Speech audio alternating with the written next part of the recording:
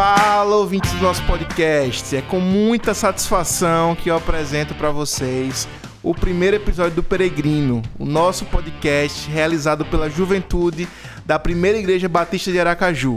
Meu nome é Gabriel Amorim e eu serei o host da nossa conversa, aquele cara que facilita o papo, propõe aqueles debates e coloca aquelas perguntas curtas de respostas longas na mesa. Então, a gente está muito feliz de poder dar a vida a esse nosso desejo, esse nosso projeto de realizar esse podcast.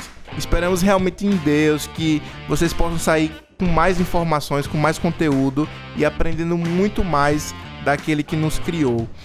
O Peregrino será um programa mensal, um podcast mensal, que trará os mais diversos convidados. Vocês vão ver gente de todos os lugares, todos os tipos falando aqui para vocês. Pra gente conversar um pouquinho sobre os milhares de temas, né, bíblico-teológicos que o Senhor, nosso Deus, nos permita conversar. E além de mim, como host, como apresentador desse programa, teremos, como já falei a vocês, alguns convidados ilustres. Exatamente. Hoje a gente vai ter alguns convidados que fazem parte do nosso, digamos assim, backstage para que esse podcast pudesse existir. Aqueles que são peças-chave, pessoas importantíssimas para esse projeto conseguir sair, conseguir existir. Então, eu queria começar apresentando aquela mulher que dispensa apresentações e que eu sou suspeitíssimo de falar e elogiar. Natália, seja bem-vinda ao nosso podcast Peregrino. E a apresentação, hein, meus caros? Então, já vou começar aqui lançando a polêmica. A Bíblia precisa ser atualizada ou não? Ixi, isso daí foi aquela pra começar daquele jeito, viu? E pra abrilhantar o nosso podcast, ele, o homem das teclas, dos pianos, dos sintetizadores, a mente intelectual do nosso podcast, Jackson, seja bem-vindo, esse podcast também é seu. Fala, galera, que privilégio poder estar aqui com vocês, dar esse pontapé inicial desse projeto, né? E já começando um pouco com o assunto, existe um único verdadeiro Deus e ele se revelou aos seus. Ótimo. É por isso que esse cara está aqui. Esse cara é a mente teológica do nosso podcast. E como ele mesmo já adiantou, o nosso primeiro tema, aquele tema que a gente escolheu para abrir o nosso podcast e poder dar à luz aquilo que a gente sempre sonhou, a gente vai navegar um pouquinho hoje sobre a palavra de Deus, as Escrituras Sagradas. Então, para você pode parecer um tema um pouco batido, mas nunca é o bastante estudar sobre a Bíblia, sobre a palavra de Deus, aquele que nos criou, para seu louvor e sua glória. Eu sei que aqui a gente pode repetir alguma coisa que você já viu em EBD, que o nosso líder Tijuca já tinha falado, mas eu tenho certeza absoluta que a gente vai falar também muitas coisas que você não conhece. Então, ouvidos bem atentos. Se você está agora lavando prato, no ônibus, se está em casa na rede de boa, prepare seu café, sua água, seu chá, que vai ter muita conversa boa pela frente. E eu queria começar com uma indagação.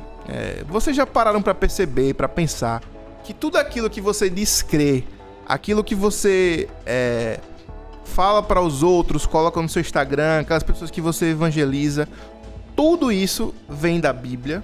Você já imaginou que os mais diversos seminários teológicos, escolas bíblicas dominicais, congressos, etc., são pautados naquilo que a Bíblia diz?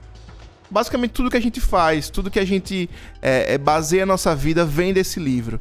Então veja como isso é importante. Todas essas doutrinas bíblicas são inferidas a partir das narrativas históricas. Toda a exegese, as línguas originais, tudo o que vem desse livro. Então é muito importante a gente estudar sobre ele, estudar ele também.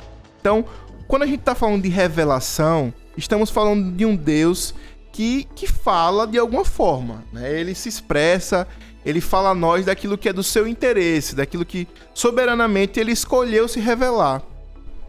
E agora, se Deus existe e ele quer fazer contato com a sua criatura, ele precisa se revelar, se manifestar, né? E fazer-se conhecido através dos seres humanos. Então Deus escolheu, ele poderia ter escolhido se revelar de várias formas, ele escolheu se revelar através de um livro, né? Esse livro é a Bíblia. Um livro que na nossa versão protestante evangélica, conta com 66 documentos que falam sobre quem é Deus, qual a sua vontade para o seu povo, sobre a história da criação, a história dos fins dos tempos e o que virá, o que vai acontecer, né? O pregador famosíssimo Billy Graham, ele falava que tem uma frase muito, muito célebre dele, assim, que ele dizia que ele leu a Bíblia até o final e tudo vai ficar bem. Então, todas essas coisas a gente pode inferir daquilo que Deus escolheu soberanamente se revelar através da Bíblia. E pra gente entender um pouco mais sobre aquele livro preto que a gente leva embaixo do braço pra igreja, e de vez em quando, não façam isso, por favor, a gente abre em casa, a gente precisa aprofundar um pouquinho mais, falar um pouquinho mais sobre ele. Então, preste atenção nos próximos conceitos e termos que a gente vai usar, que a gente quer deixar muito claro para que vocês fixem esses conceitos, então, que são muito importantes para poder solidificar o conhecimento que a gente quer trazer aqui. Mas aí eu queria passar a bola um pouquinho para os convidados agora. Jackson, será que existe alguma classificação dessa revelação? Ou ela é uma coisa só? Não existe diferença? Fala um pouquinho pra gente. Pronto, vamos lá. Antes de a gente entrar nesse conceito e classificação de revelação, quero voltar um pouco à minha fala de antes e explicar um pouquinho ela e dar uma introdução pra gente entrar nessa parte de classificação, né? Existe um único e verdadeiro Deus, ele se revela a nós. Veja, a Bíblia, desde o início, a gente tem isso Gênesis 1, do 1 ao 3, já mostra como Deus fala, como Deus se comunica, né? No princípio, Deus criou os céus e terra. Era a terra sem forma e vazia, trevas cobriam a face do abismo, e o Espírito de Deus se movia sobre a face das águas. Disse, ou seja, Deus falou, disse Deus, haja luz, e houve luz. Então, a gente pode inferir que o nosso Deus, o Deus que nós adoramos, que cremos, né, e confessamos como único Senhor e Salvador, ele é um Deus que fala, que se comunica. E o salmista, no Salmo 115, do verso 1 a 8, vai fazer uma comparação entre o Deus verdadeiro e o Deus, né, com D minúsculo, entre aspas, dos pagãos, né? Tá assim escrito na Bíblia: não a nós, Yahvé, nenhuma glória para nós, mas sim ao teu nome, por teu amor e por tua fidelidade. Porque perguntam às nações onde está o Deus deles. O nosso Deus está nos céus e pode fazer tudo o que lhe agrada. Os ídolos deles, de prata e ouro, são feitos por mãos humanas. Têm boca, mas não podem falar. Olhos, mas não podem ver. Ouvidos, mas não podem ouvir. Nariz, mas não podem sentir cheiro. Têm mãos, mas nada podem apalpar. Pés, mas não podem andar. E não emitem som algum com a garganta. Tornem-se como eles aqueles que os fazem e todos os que neles confiam. Então, o salmista faz essa comparação. O Deus verdadeiro, o único Deus, o Senhor, Yahvé, no termo em hebraico, é aquele que se comunica, enquanto os deuses falsos não se comunicam com os seus, né? E aí a gente entra nesse caráter da revelação, né? Essa classificação. E a gente tem uma divisão aqui. 2 tipos de classificação, 2 tipos de revelação. Revelação geral ou natural e a revelação especial ou sobrenatural. Falando um pouco da revelação geral, a gente pode definir ela como a comunicação que Deus faz de si mesmo a todas as pessoas, em todas as épocas e em todos os lugares. Se refere às verdades gerais, como o próprio termo conota, que podemos aprender sobre Deus através da natureza. E aí um salmo que é clássico, eu acredito que vocês conheçam, é o Salmo 19, do verso 1 ao 4, onde o salmista vai declarar o seguinte: os céus proclamam a glória de Deus, e o firmamento anuncia as obras de suas mãos. Um dia discurso outro dia, uma noite revela conhecimento a outra noite. Não há linguagem, não há palavra, e dele não se ouve nenhum som. No entanto, por toda a terra se faz ouvir a sua voz e as suas palavras até os confins do mundo. A gente consegue perceber como a criação comunica que Deus é glorioso, que as obras de suas mãos são maravilhosas. De acordo com essa passagem, a existência e o poder de Deus podem ser vistos claramente através da observação do universo. Então, toda a criação proclama a glória de Deus, toda a criação comunica que Deus é um Deus poderoso, criativo e glorioso. Então, se a gente pudesse definir, né, a revelação natural, né, fechando esse tópico, a revelação de Deus a todas as pessoas, em todos os momentos, em todos os lugares, que prova que Deus existe e que Ele é inteligente, poderoso e transcendente. Legal. Só pra gente tentar entender e sintetizar essa ideia da revelação natural. Se a gente sai na rua hoje, a gente olha pra uma árvore, a gente vê um passarinho cantando, a gente olha pro céu, a gente vê a lua, isso é revelação natural, certo? Isso é revelação natural. Ou geral. Mas além dessa revelação natural, como a gente bem sabe, existe outro tipo de revelação, né? Acredito eu, que além de Deus se revelar naturalmente, ele se revelou especialmente, né? Natália, poderia falar pra gente um pouquinho sobre o que essa revelação especial é? Bom, a revelação especial, ela envolve certas manifestações particulares, específicas de Deus a respeito de si para certas pessoas, em determinadas épocas, e que elas se encontram à nossa disposição hoje, por meio da Bíblia, dos manuscritos sagrados, né? Deus, ele determinou que a verdade sobre si mesmo precisava ser registrada na forma escrita, porque ele sabia de certas imperfeições e a falta, obviamente, da confiabilidade da tradição oral. É aquela coisa, né? Quem conta um ponto, aumenta um conto. Não, é o contrário. Quem conta um conto, aumenta um ponto. Eu sempre confundo isso, gente. No mundo antigo, era muito comum que as informações fossem transmitidas de forma oral e que as palavras ditas tinham muito mais peso e importância. Ele também sabia que os sonhos e visões dos homens poderiam ser mal interpretados e as lembranças de sonhos, obviamente, distorcidas, né? Memória, né? Deus decidiu revelar-se através da Bíblia tudo que a humanidade precisava saber sobre ele.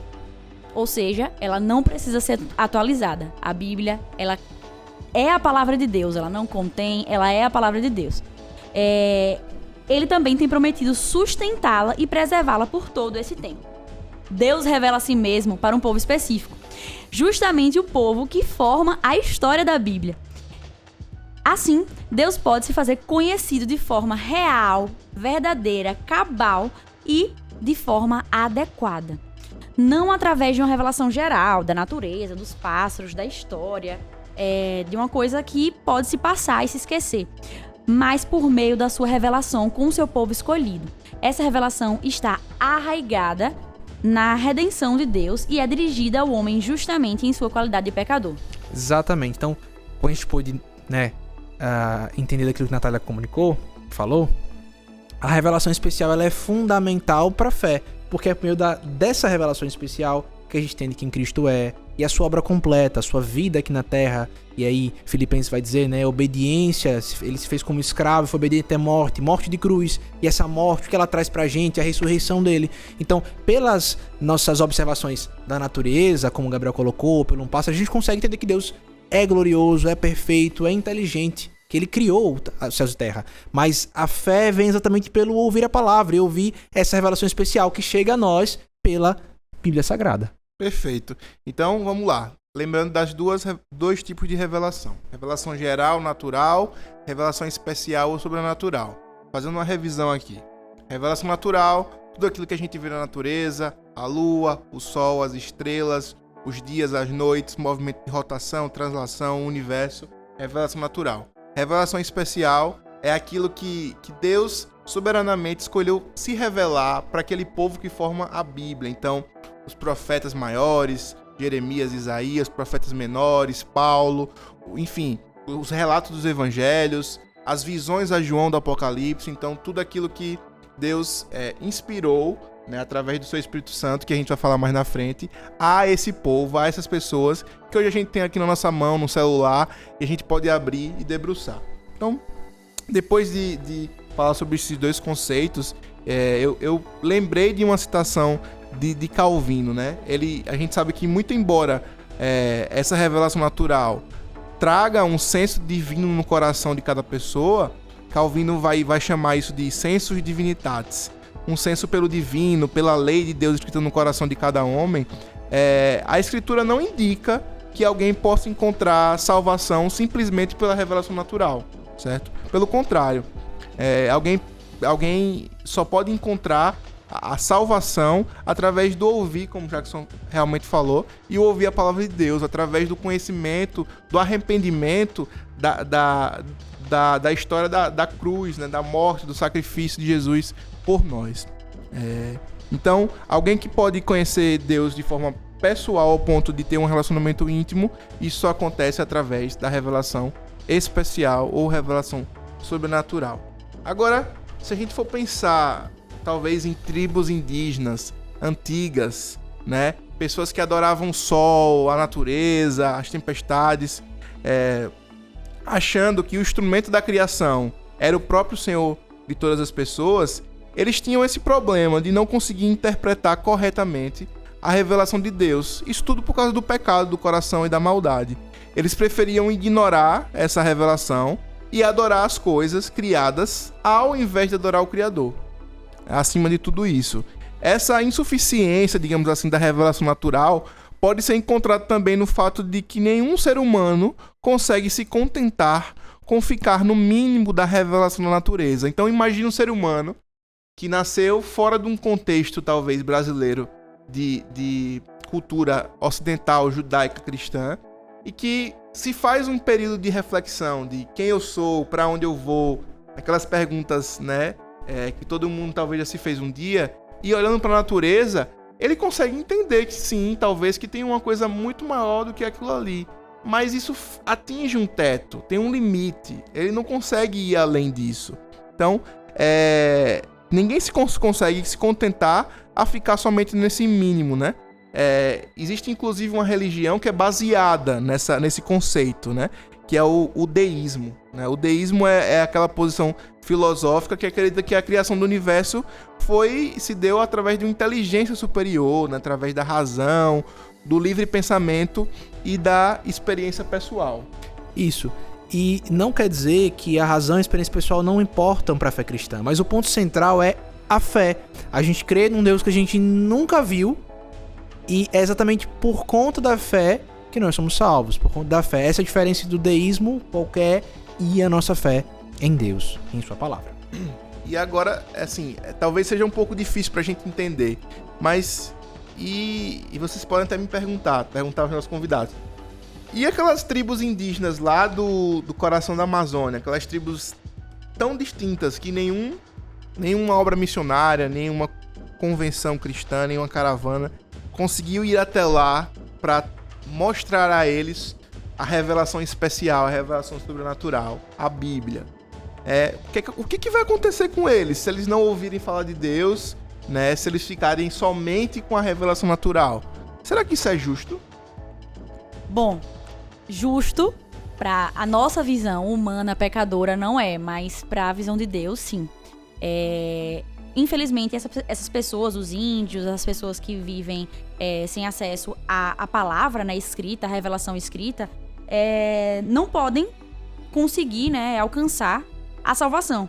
Porque, pelo que Jackson, pelo que Gabriel já falou várias e várias vezes, a salvação vem pela palavra, né, vem pelo ouvir.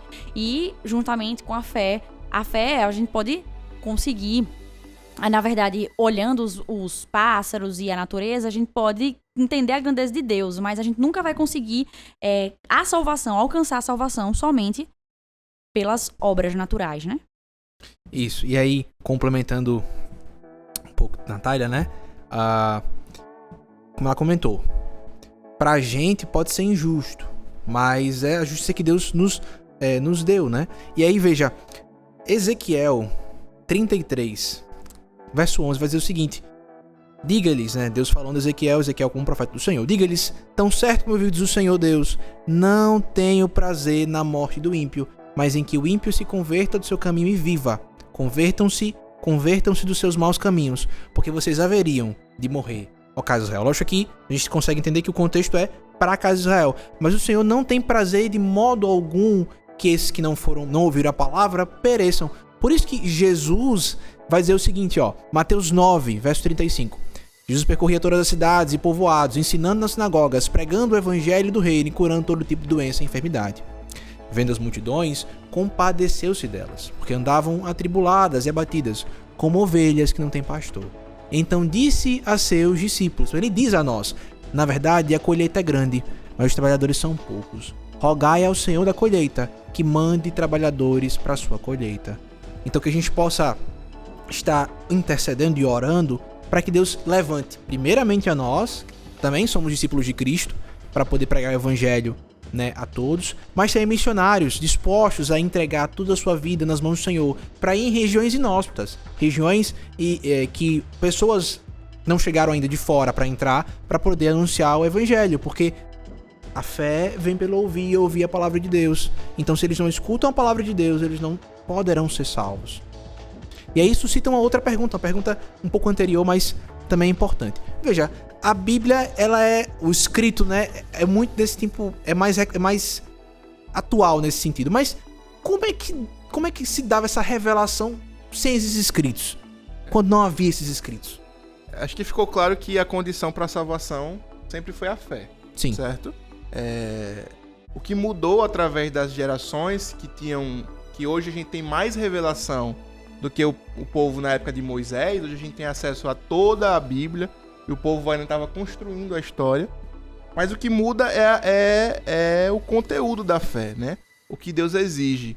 Lá em Gênesis 3, após a queda, o pecado de Adão, Deus promete que virá aquele da descendência da mulher que esmagará a cabeça da serpente, né? Isso hoje a gente consegue entender que claramente Deus está falando do seu filho que viria para morrer pelos nossos pecados.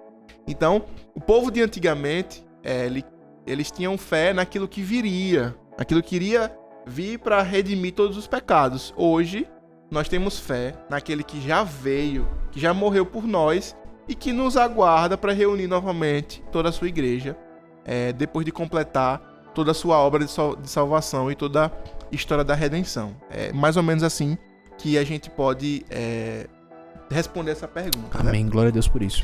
E aí eu fechando um pouquinho agora esses dois conceitos de revelação geral ou natural, revelação especial ou sobrenatural, existem algumas palavras-chave, assim, alguns conceitos. Talvez a gente fique um pouquinho mais denso agora, mas é muito importante que vocês lembrem desses conceitos, porque eles fazem parte da doutrina, da ortodoxia clássica, que afirmam o que a Bíblia é. Então são 3 conceitos importantes que afirmam o que a Bíblia é. Ela é inspirada, autoritária, infalível ou inerrante, né? São esses 3 conceitos. Então, lembre-se bem, inspirada, autoritária, infalível e inerrante. E eu queria que vocês convidados pudessem falar um pouquinho, começando pela parte da inspirada, né? Inspiração. Isso. Então, a primeira coisa que a gente pode perceber que a Bíblia é que ela é inspirada. E como é que se dá essa inspiração? Bom, a gente sabe que a revelação é especial ou a gente pode também chamá-la de sobrenatural. Então, a Bíblia é inspirada porque há a influência sobrenatural do Espírito Santo. Os autores bíblicos, eles foram usados por Deus de tal forma que escreveram aquilo que Deus precisamente queria revelar, resultando assim em sua palavra, na palavra de Deus, né? E a gente tem um versículo que é clássico para falar sobre inspiração. 2 Timóteo 3,16. Toda a escritura, e aí ele já coloca esse toda, Paulo vai escrever ao Timóteo dizendo, olha, toda a escritura é divinamente inspirada e proveitosa para ensinar, para repreender, para corrigir, para instruir em justiça, a fim de que o homem de Deus tenha capacidade e pleno preparo para realizar toda a obra. E esse toda a escritura inspirada é como se fosse, ela é soprada por Deus. O que isso significa, esse soprada por Deus? Significa que a própria fonte da informação é do próprio Deus. Então a informação das escrituras, aquilo que a gente tem escrito, que a gente pode ler todos os dias, que está tão acessível a gente, quer seja físico, quer seja digital, até na pregação do evangelho, a informação que a gente escuta da palavra é a informação do próprio Deus. E aí você pode se perguntar, mas como é que isso se dá? Deus ditou assim, chegou no ouvido dos profetas, dos apóstolos, dos discípulos, escreva dessa forma, tá. Não foi assim. Deus não ditou para os autores bíblicos palavra por palavra. E aí vem essa questão soberana, sabe, maravilhosa de Deus. Deus usou soberanamente as personalidades de cada autor, os vocábulos de cada autor, os contextos, os interesses de cada um, de tal maneira que tudo isso, majestosamente, culminou na palavra dele. E veja como Deus, ele é um Deus inteligente e ele quer que nós também sejamos inteligentes. E como Jackson falou, ele soberanamente escolheu a forma como as pessoas que escreveram a Bíblia, que foram inspiradas pelo Espírito Santo, escreviam. Então, se você vai ver o grego de Lucas e de João, é um grego totalmente diferente do de Paulo. Então, veja, um Deus que poderia simplesmente ter dito, escreva todo mundo igual, o que eu quero falar, lá no futuro eu já sei que todo mundo vai traduzir mesmo, então, mas ele mostrou e trouxe personalidade, meandros. Isso tudo são traços da inteligência de um Deus. Traços da inspiração também, né? Porque Exato. são mais de 40 autores bíblicos e todos eles convergem no ponto de salvação em Cristo. Exatamente. Então, é uma coisa da gente ficar realmente e contemplar a inteligência de um Deus, né? Que é inteligente, que nos faz inteligente e quer que nós sejamos inteligentes, porque ao estudar o grego do Novo Testamento, a gente tem que se debruçar sobre as maneiras mais diferentes dos vocábulos utilizados para a gente poder extrair o que a gente quer com aquele texto. Então, um ponto interessante para a gente poder extrair também essa inteligência divina. E aí, falando um pouquinho sobre o segundo conceito, depois da inspiração que Jackson falou, é o de autoridade. Quando a gente fala sobre autoridade bíblica, a gente cai diretamente no sola escritura, né? Quem vai lembrar lá dos 5 solas da Reforma, um desses era o sola escritura, né? E em uma tradução livre é somente a escritura. Apenas a escritura, que é a palavra de Deus, tem autoridade primária na nossa vida. Ele nos ensina o que Deus requer de nós, seus mandamentos e suas vontades. E aí a gente voltando um pouquinho para a história lá de como surgiu esse solas e essa sola escritura, é da gente lembrar lá que a Igreja Católica queria adicionar alguns traços de tradição oral, alguns costumes como parte da revelação. E nós sabemos que isso tão somente é legalismo, né? O que a gente precisa entender é que nossa doutrina ela é baseada no que a Bíblia fala e ponto. Tudo que a gente entende, o que a gente conhece, o que a gente vive é tão somente do que ela fala. Quando ela não fala, a gente não expressa. Quando ela se cala, nós calamos. Quando ela fala, a gente entende. Então, esse é o conceito da criação do sola escritura. Isso aí, Lutero, nessa época de reforma, aí, pegando essa questão histórica, ele foi muito, depois que ele entendeu que a justificação era pela fé e não pelas obras, né, não o que acontecia na Igreja Católica de você tinha que pagar para poder ser salvo e alcançar o céu. E aí ele é chamado pelo conselho da Igreja Católica para poder se retratar, dizer, não, como assim, Lutero? Justificação pela fé? Não. Justificação é pela autoridade aqui, não é a Bíblia, é a Igreja, é a tradição, como o Gabriel falou, a tradição da Igreja. E aí ele é chamado, né, pelo conselho da Igreja Católica, e aí ele vai manter firme sua posição, ele vai dizer assim: a menos que eu seja convencido pelo testemunho das Escrituras ou por razão clara, pois não creio somente no Papa ou em concílios, visto que sabe muito bem que eles já erraram e se contradisseram muitas vezes, estou constrangido pelas Escrituras que já citei, e minha consciência está cativa à palavra de Deus. Não posso me retratar, e não me retratarei de coisa alguma, porque não é seguro nem correto agir contra a consciência. Não posso agir de outro modo. Mantenha a minha posição. Que Deus me ajude. Amém. Veja, Lutero não estava dizendo que a igreja não era importante. A igreja tem sim um quê de autoridade, mas muito mais autoritária que a igreja é a Bíblia. Porque, veja, a igreja nesse caso é a congregação dos justos, a congregação dos santos. Mas essa congregação é alimentada por alguma coisa espiritualmente. E se ela não for alimentada pela Bíblia, que autoridade essa congregação vai ter? Zero, nesse sentido. A não ser que ela seja uma congregação que não seja cristã. Então, Lutero permanece firme aqui e diz assim: eu vou permanecer na minha posição, porque a Bíblia é a autoridade sobre a igreja. E aí, você falando exatamente disso, eu lembrei de outro conceito também, que é o do tota scriptura, de que toda a Bíblia é a palavra de Deus, tanto o Novo como o Antigo Testamento. A gente vê, talvez hoje, no século XXI, com o modernismo, muitas igrejas que privilegiam o Novo Testamento em detrimento do Antigo Testamento. A gente sabe que os dois se completam e fazem o que conhecemos como Bíblia, os 66 livros. É claro que hoje a gente vive sobre uma nova aliança, né? Que os costumes, todas as leis que Deus deu ao seu povo lá antigamente, para o povo de Israel, não servem mais para nós, e que Jesus veio para cumprir a lei. Mas isso não quer dizer que a gente precisa excluir o Antigo Testamento. O Antigo Testamento é um livro, é um conjunto de livros que fala sobre a história de Israel, sobre como Deus soberanamente guiou o seu povo através das maneiras mais distintas possíveis, sejam com as leis, os mandamentos, as cerimônias, o que a gente hoje na cultura ocidental acha como estranho. Aquilo era Deus soberanamente querendo guiar o seu povo, o povo de Israel, o povo que ele escolheu lá desde a linhagem de Abraão, né? Então, a tota escritura traz esse conceito de que os dois testamentos, o Antigo e o Novo, são muito importantes. E aí eu lembrei de outro pastor, podemos dizer assim, entre aspas, que é o pastor Caio Fábio, se a gente pode chamar de pastor, e aqui a gente pode citar nomes mesmo, porque a verdade é o que ele fala e está aberto para todo mundo no YouTube. Uma certa entrevista que ele estava dando, ele estava justamente criticando alguns conceitos de Paulo, né, citando como machismo ou como se aquele conceito não seria dito por Jesus se Jesus estivesse ali. E a primeira coisa que eu pergunto é: quem somos nós, pecadores, depravados, deturpados pelo pecado, para poder dizer que a palavra de Paulo é ou não palavra de Deus? E tirar aquilo ali que a gente acha que não é, ou que acha que Jesus não falaria aquilo.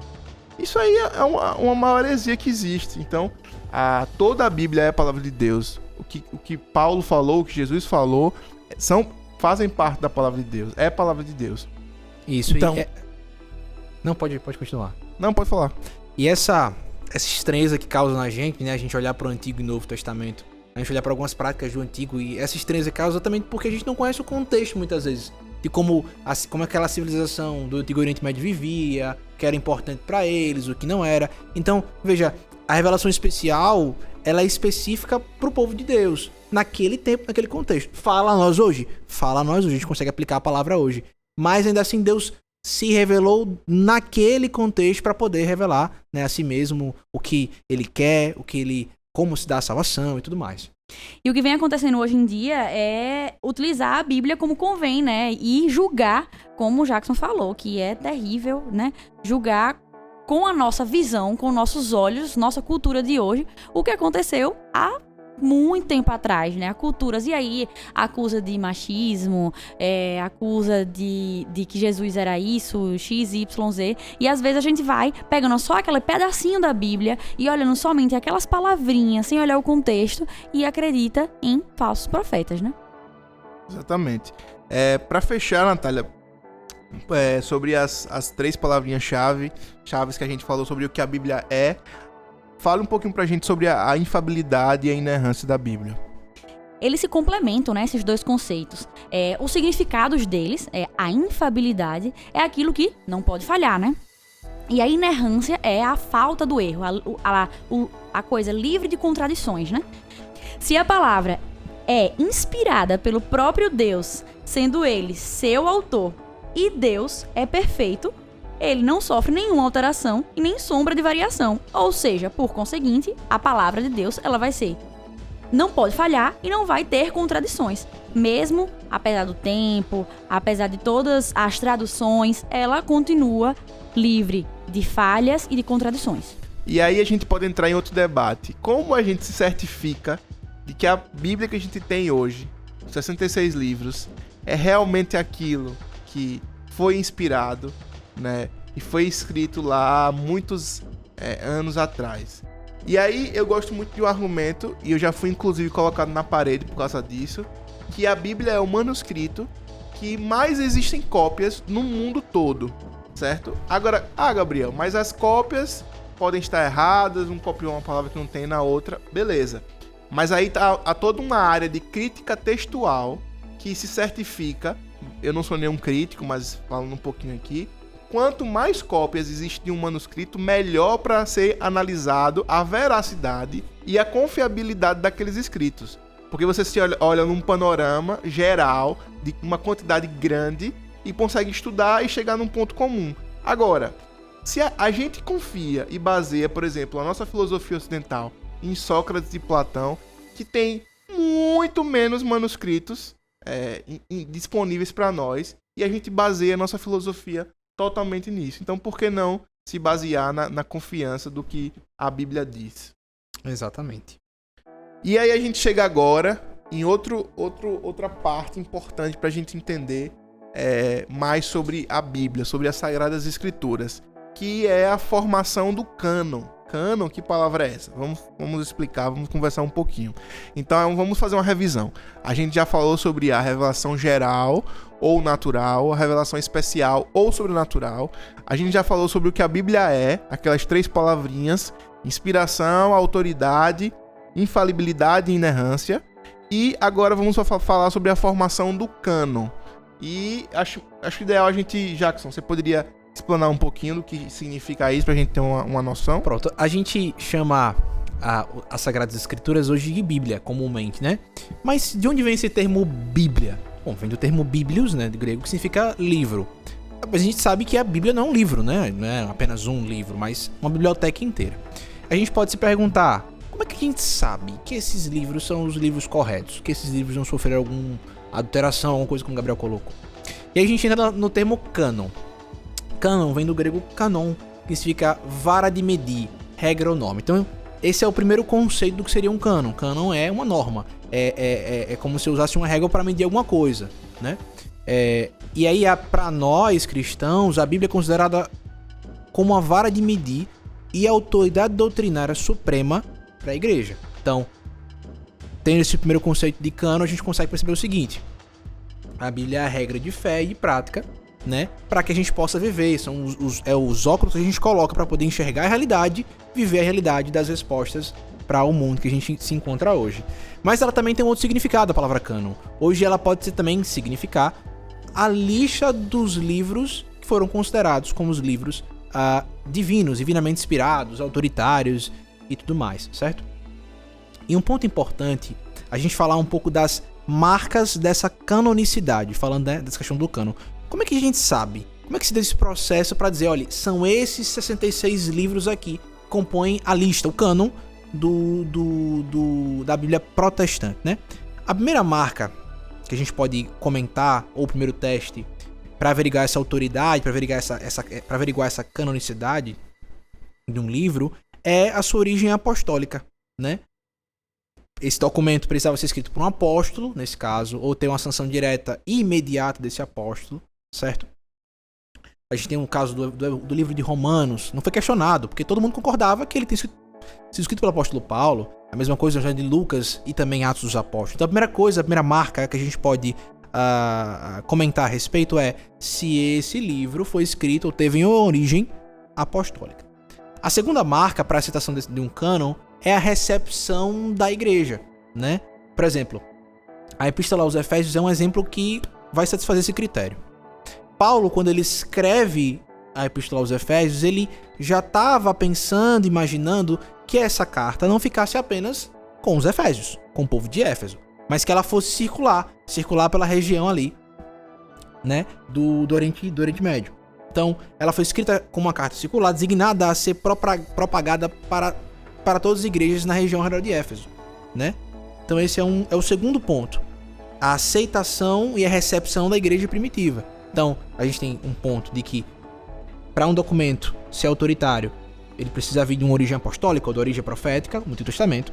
Para um segundo ponto, se a igreja recebe bem isso, e a gente vai entrar num ponto agora importante, né, que muitos dizem que foi um concílio que disse assim, colocou, são esses 66 livros, e não, veja. O Carson, né, um teólogo, não sei se estão conhecidos por vocês, mas Carson e o Mu vai citar alguns autores, alguns teólogos, e vai dizer o seguinte: o fato de que a igreja, como um todo, veio substancialmente a reconhecer os mesmos 27 livros como canônicos é notável quando se lembra de que o resultado não foi imposto. Então, olha o que está sendo dito aqui pelos autores. O resultado não foi imposto. Não foi teve um concílio, e nesse concílio decidiu-se os livros da Bíblia, são esses 66. Não, veja, e aqui nesse caso o Novo Testamento. Tudo que as diversas igrejas espalhadas pelo Império podiam fazer era darem testemunho de suas próprias experiências com os documentos e partilharem todos e qualquer conhecimento que pudessem ter sobre a origem e o caráter desses documentos. Quando se leva em conta a diversidade dos contextos culturais e de orientações quanto aos aspectos essenciais da fé cristã dentro das igrejas, o fato de terem concordado quanto a quais livros pertenciam ao Novo Testamento serve para indicar que essa decisão final não teve origem no nível humano apenas. Ou seja, veja, se reuniram para decidir, mas não foi imposto, porque se a gente considerar todos os contextos de cada cidade, a gente olha para Corinto e ver como era o contexto lá, como se vivia, aí olhar para Éfeso, ver que é diferente, olhar para Filipos e ver que é diferente, e mesmo assim essas igrejas se juntarem, conversarem e disserem assim, não, esses 27, a gente consegue perceber que não foi imposição, mas esses livros já eram lidos ali naquela região, E aí eles, né, concordaram sobre esses livros que são essenciais para a fé cristã. Isso no caso dos 27 livros do Novo Testamento. E aí, Jackson, você falando essa parte de formação do cânon, eu me lembrei de que o próprio Jesus, ele reafirma o Antigo Testamento, né? Quando ele vem em Mateus, nos Evangelhos, a gente pode ver isso, que ele diz que não veio para abolir a lei, ou seja, ele está reafirmando que a lei existe, que é divinamente inspirada. Isso. Ao citar também outras passagens de Isaías, falando sobre o seu sofrimento e sua morte, ele também reafirma que aquilo é a palavra de Deus, porque ele sabia que estava sendo escrito, né, o Novo Testamento, que também era a palavra de Deus. Então ele reafirma tudo aquilo que o Antigo Testamento já havia sido citado, né? Outro ponto interessante também, que eu lembrei quando você estava falando, é que hoje a gente tem um privilégio de receber esses 66 livros quase que sem nenhum discurso, sem nenhum debate sobre a canonicidade deles. Então, mas já teve uma época que os debates eram acalorados, né? Eu lembro, por exemplo, sobre Lutero e o livro de Tiago, né? Lutero teve um debate ali muito grande que ele entendia que o livro de Lutero não era canônico por falar sobre salvação e obras, através de obras, etc. Mas assim, a gente percebe que isso tudo é a mão soberana e a preservação, como a Natália falou, de Deus, o seu povo, guiando. Ele soberanamente foi colocando todos os concílios, os debates, as discussões que tiveram sobre os livros e a canonicidade ali, nas suas mãos, guardando, para que hoje a gente tivesse livremente, né, no Brasil a gente pode ter acesso a isso livremente, todos os 66 livros, que a gente pudesse debruçar, estudar e meditar sobre sua santa palavra. Isso, e aí a gente pode perguntar, como eu coloquei, né? Se esses livros já eram lidos e já circulavam, né? Por que se formou um cânon então? Se já estava circulando por lá e a galera já tomava como escritura, já estava vivendo sobre as bases dessa fé dos apóstolos, que é a doutrina de Cristo, por que então estabelecer um cânon? Por quê? E aí o problema é que tinha um rapaz lá, né? Um herege, chamado Marcião, rapaz. Que ele foi publicar o próprio cânon dele. Porque tinha vários livros e a citação das igrejas, e ele publicou o próprio cânon. E aí o que acontece? Havia uma heresia, e aí existe ainda hoje, mas não com tanta força, acredito que era o gnosticismo. Então Marcião acreditava que Deus, o Deus que era apresentado no Antigo Testamento, não era o Deus supremo do universo, e sim uma deidade menor, que ele chamava de demiurgo, certo? E aí ele dizia o seguinte, que Cristo veio revelar o verdadeiro Deus, enquanto Deus do Antigo Testamento era só uma deidade menor chamada demiurgo. E ele cria o próprio cânon dele, a própria lista de livros que ele vai tomar como regra de fé. Então o que ele vai fazer? Ele vai excluir e você pensa, mas no Novo Testamento, no Antigo, Jesus faz essa conexão, dizendo, olha, o meu pai está em mim, eu estou no meu pai, o Antigo Testamento e tudo mais, e agora? O que foi que ele fez para criar o próprio cânon? Ele vai excluir tudo do Novo Testamento que poderia ligar Cristo de uma maneira possível a Yahvé do Antigo Testamento. Por exemplo, no Evangelho de Mateus, muito do conteúdo foi cortado, porque tem referências de Cristo com Deus. Ele ainda vai cortar também parte dos escritos de Paulo.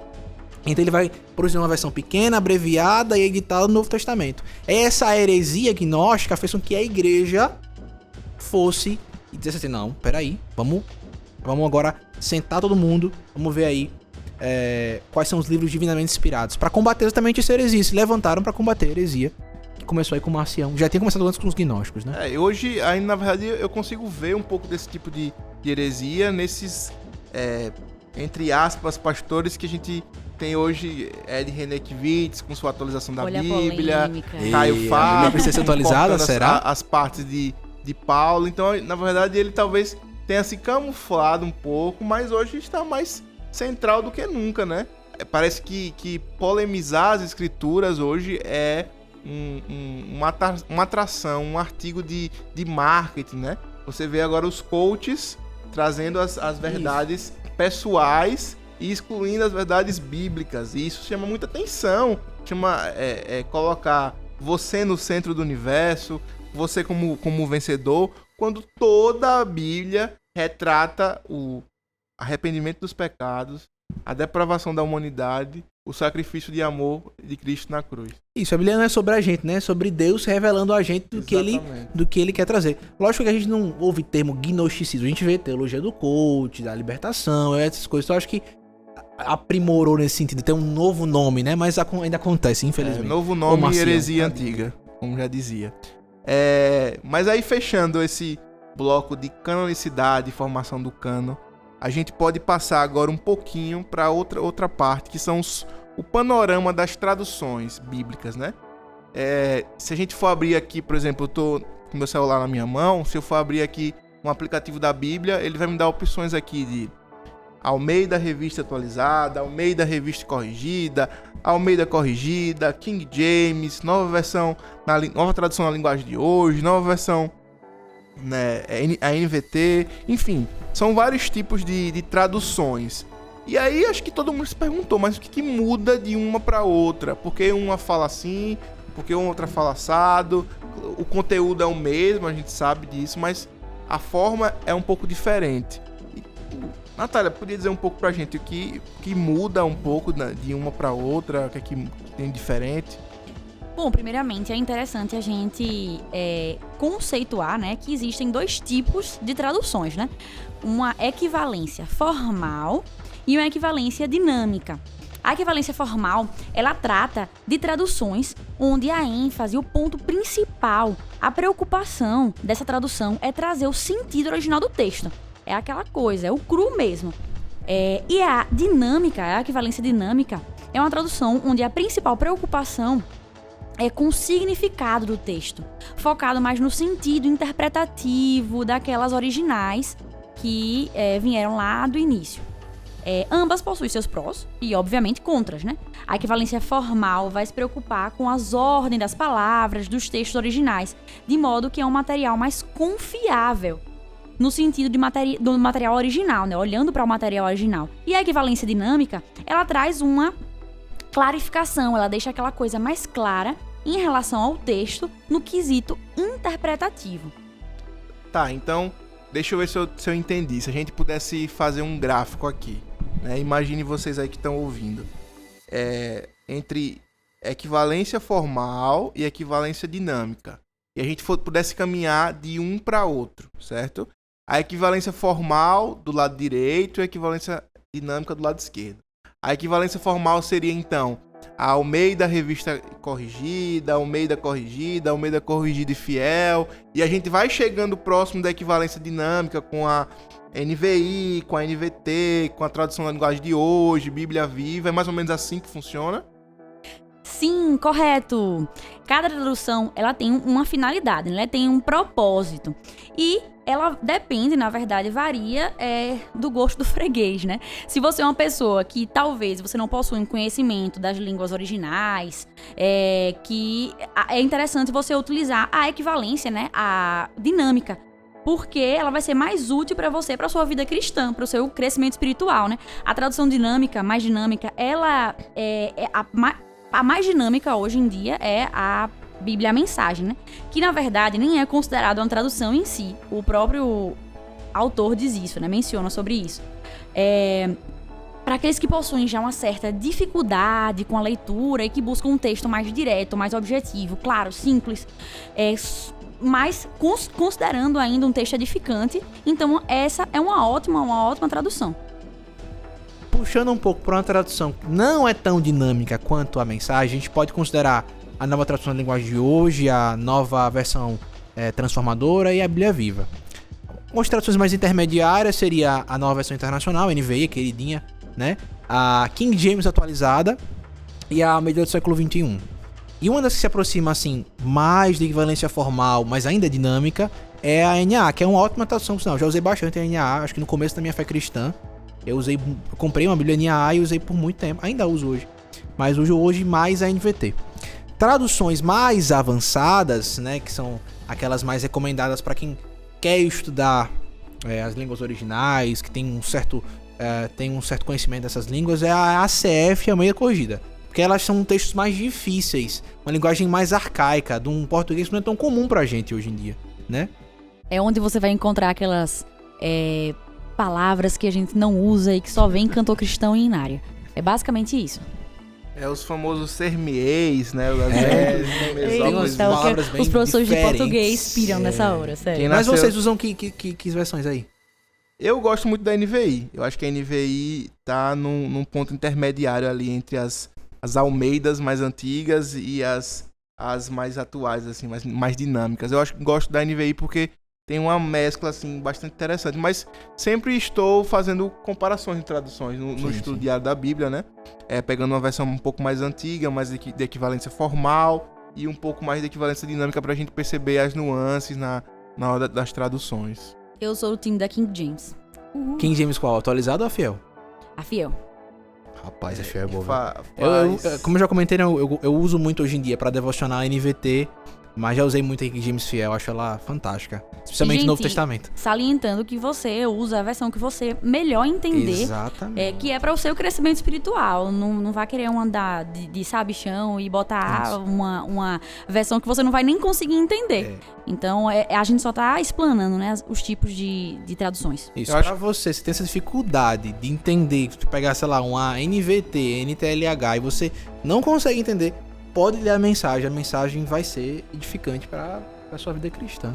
Eu acho que a ideia sempre é você entender o que o texto quer dizer, Isso. né? Se você não entender e ficar lendo e passando, aquilo não vai penetrar no seu coração e nem na sua mente. Então, eu acho que uma boa dica que a gente pode dar aqui para as pessoas que nos ouvem é: façam comparações das traduções. Hoje é muito, muito fácil fazer isso.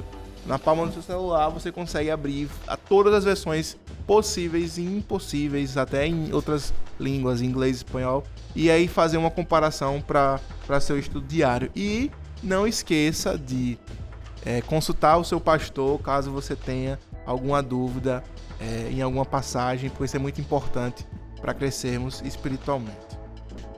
Bom, gente, eu acho que a gente conseguiu falar e esmiuçar muita coisa sobre a palavra de Deus, sobre a Bíblia, né? Vamos fazer uma revisão aí pra gente poder lembrar. A gente falou sobre os dois tipos de revelação: revelação geral ou natural, revelação especial ou sobrenatural. A gente falou sobre o que a Bíblia é, né? A Bíblia é inspirada, autoritária, infalível e inerrante. A gente falou sobre a formação do cânon, que é os 66 livros que formam a Bíblia que a gente abre e lê hoje. E a gente falou também um pouquinho sobre o panorama das traduções mais de equivalência dinâmica ou equivalência formal. Acredito muito que vocês vão sair, depois de ouvir esse podcast, realmente capazes de discutir com qualquer um que vinha falar sobre a Bíblia ou a sua formação. Agora, depois disso tudo, queridos Jackson e Natália, lendo a Bíblia, abrindo os diversos livros que a gente tem, os diversos autores, é possível conhecer Deus? Com certeza, meu caro Gabriel. Afinal de contas, a Bíblia, como a gente já falou diversas vezes, já tá batendo aqui na tecla, né? A Bíblia é a palavra de Deus, é onde a gente vai encontrar a vontade explícita de Deus, né? E onde a gente vai conseguir ter normas, ter regras de fé e prática, que a gente vai conseguir trilhar esse caminho, né? E se achegar cada vez mais da pessoa de Deus, né? Pessoa divina. Aí eu vou botar mais lenha na fogueira. Eu falei que eu era o cara que ia fazer isso. E que é Tá, Rapaz. então a criatura pode conhecer o Criador? Eu acho estranho isso, né? A gente pode conhecer aquele que nos criou. Como é que funciona isso? Pega essa bucha, Jackson. A gente não mandou nada pra mim. Veja, Deus nos deixou sua palavra e ele, como o próprio salmista falou quando eu comecei a minha fala nisso, falando de revelação, se revelou, ele falou e criou todas as coisas. A criatura testifica de que Deus existe, então a criatura pode conhecer de Deus, com certeza. Ele deixou sua palavra e ainda mais, não apenas conhecê-lo, mas ter comunhão com ele. É tanto que ele deu o seu filho, ele não precisava, né, dando um spoiler de alguns temas futuros, um dos atributos de Deus é que ele é autoexistente. Significa dizer, né, a grosso modo, que ele não precisa de ninguém, ele é suficiente em si mesmo. E ainda assim, Deus se limitou à linguagem humana, e aí, nos escritos originais, hebraico, aramaico, grego, e isso chega pra gente nas traduções, né? em todas as línguas que a gente possa imaginar, algumas não, ainda mais na maior parte. E ainda mais, mesmo sem precisar, né, ele usou a linguagem com suas perfeições para nos comunicar sua verdade e ainda deu o seu filho para nos salvar, para que por meio dele possamos ter comunhão com ele. Deus proveu tudo que era necessário para conhecermos e podermos estar em comunhão com ele. Eu acho que a gente consegue conhecer a Deus até onde ele escolheu se revelar. Boa, bem lembrado. Assim, há coisas ocultas. A própria Bíblia fala que há coisas ocultas. Clube do livro aí, viu? Clube do livro. Uma delas, por exemplo, é a hora em que Deus vai voltar para buscar a sua igreja, pelos seus eleitos. A gente não sabe, mas é uma verdade oculta. A gente pode conhecer outras verdades e outros conhecimentos através do que Deus escolheu soberanamente se revelar. Então, a gente conhece. A resposta acho que é possível conhecer a Deus, sim, até onde ele escolheu se revelar. Até aqui. Depois daqui a gente não consegue conhecer a Deus. Então, onde a Bíblia fala, a gente conhece. Onde ela não fala, a gente não vai conhecer. E graças a Deus por isso. E Amém. Outra perguntinha bônus que eu queria jogar na roda aqui pra vocês. Vocês dois, e eu também falei isso no meio do podcast, era que a Bíblia é palavra de Deus. Eu sempre cresci na igreja, por ter nascido num lar cristão batista, ouvindo que a Bíblia é palavra de Deus. Mas, estudando um pouco a fundo, eu descobri que a Bíblia também pode conter palavra de Deus. É verdade isso? Então, né? A gente chega num ponto numa escola, que é uma escola neo-ortodoxa. O que acontece? Essa escola neo-ortodoxa vai ensinar o seguinte, que a Bíblia é só mais um meio de revelação que Deus vai usar. Enquanto a ortodoxia, né, os conservadores cristãos acreditam que ela é a revelação especial.